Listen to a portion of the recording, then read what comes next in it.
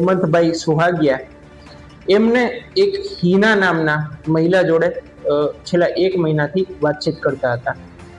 આ કામના કુલ આરોપીઓ જે છે એમણે ગુનાહિત કાવતરું રચી અને જ્યારે ગઈ તારીખ 22/5/2026 રોજ હિનાબેન એ હેમંતભાઈની વાડીએ હતા ત્યારે એમની વાડીએ આવી પૈસાની ઉઘરાણી કરી, એમને શારીરિક માનસિક રીતે હેરાન પરેશાન કરી અને એમને આપઘાત કરવા માટે મજબૂર કરેલા છે.